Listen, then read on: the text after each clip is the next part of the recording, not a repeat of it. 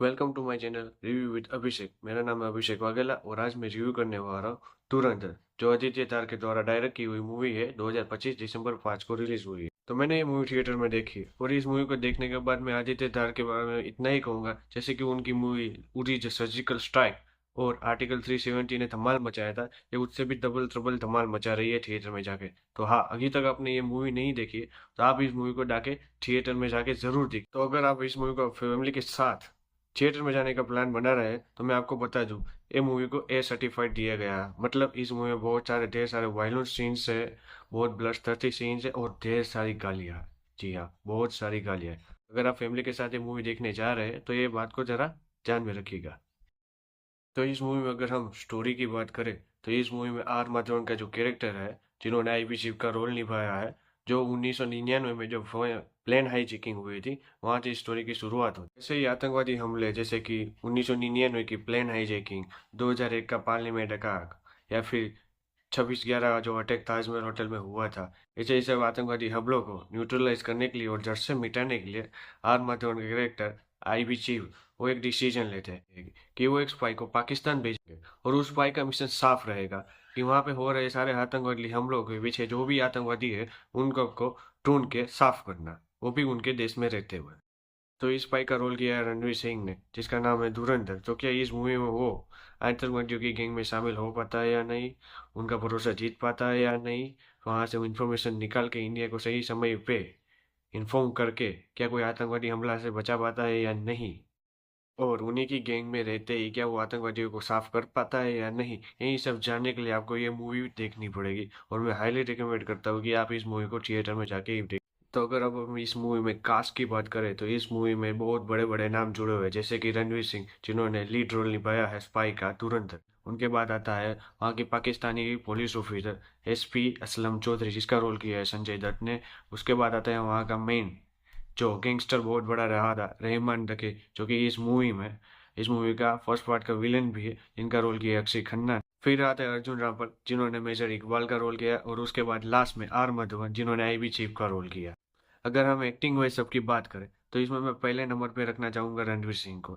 और मैं कहना चाहूंगा रणवीर सिंह का जो परफॉर्मेंस है वो बहुत ही शानदार रहा है। जिसे स्पेशली स्क्रीन पे जो इमोशंस देना होता है, जो फेशियल एक्सप्रेशन देना होता है, या फिर जो कहते हैं ना कि आंखों से ही एक्टिंग कर जाता है, वो बंदे ने बहुत ही परफेक्टली डिलीवर किया है। हाँ, इसमें बहुत सारे सीन्स आते हैं, जैसे कि 26/11 जो अटैक हुआ था, और उसको जो पूरी तरह से जो पाकिस्तान में बैठे बैठे ही जो ये मेजर इकबाल हैंडल कर रहा था, उस पर्टिकुलर सीन में अगर आप रणवीर सिंह की जो एक्टिंग और परफॉर्मेंस की बात करेंगे तो आप उसके पूरी तरह से फैन हो जाएंगे। बंदे ने क्या डिलीवर किया है, क्या एक्सप्रेशन दिया है, क्या आंखों से एक्टिंग करके गया है वो वहां पे।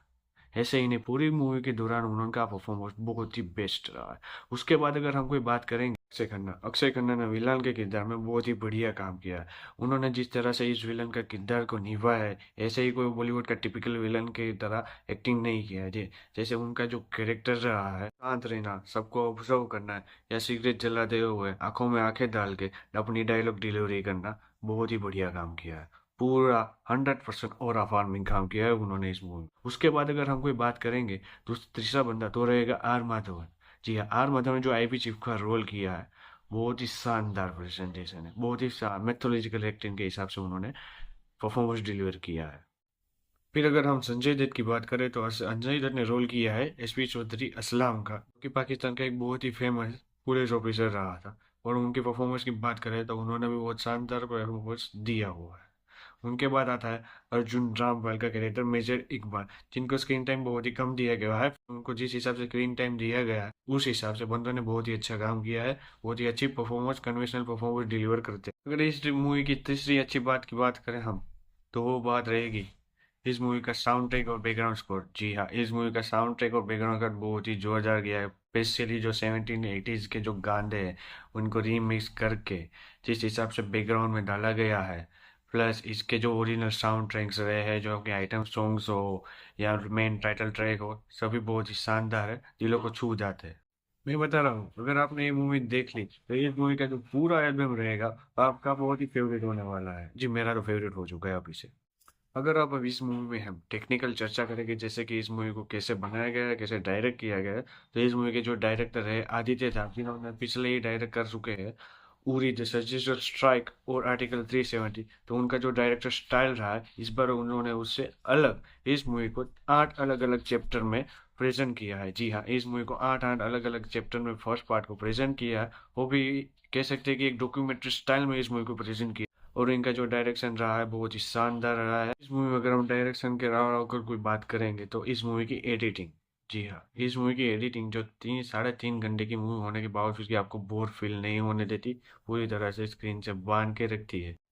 फिर अगर हम इस मूवी में हाईलाइट पॉइंट्स की बात करें तो इस मूवी में एक्टर की परफॉर्मेंस, स्टोरी टेलिंग का तरीका और जो बैकग्राउंड साउंड ट्रैक्स और जो सॉन्ग है उनको छोड़ दे। उसके अलावा इस मूवी में जो आदित्य धार ने जो एक बेस्ट डिसीजन लिया था कि जो सारे टेररिस्ट अटैक हुए थे, जैसे कि 26/11 हो या 2001 का पार्लियामेंट अटैक हो या जो जो प्लेन हाईजैकिंग हुआ था, जो कि ये तीनों हमको इस मूवी में दिखाया है, उनका real evidence, video clips, audio clips जो इन्होंने उसमें दिखाया है, जो एक्चुअल टेररिस्ट थे उनके फोटोग्राफ जो इन्होंने शो किया।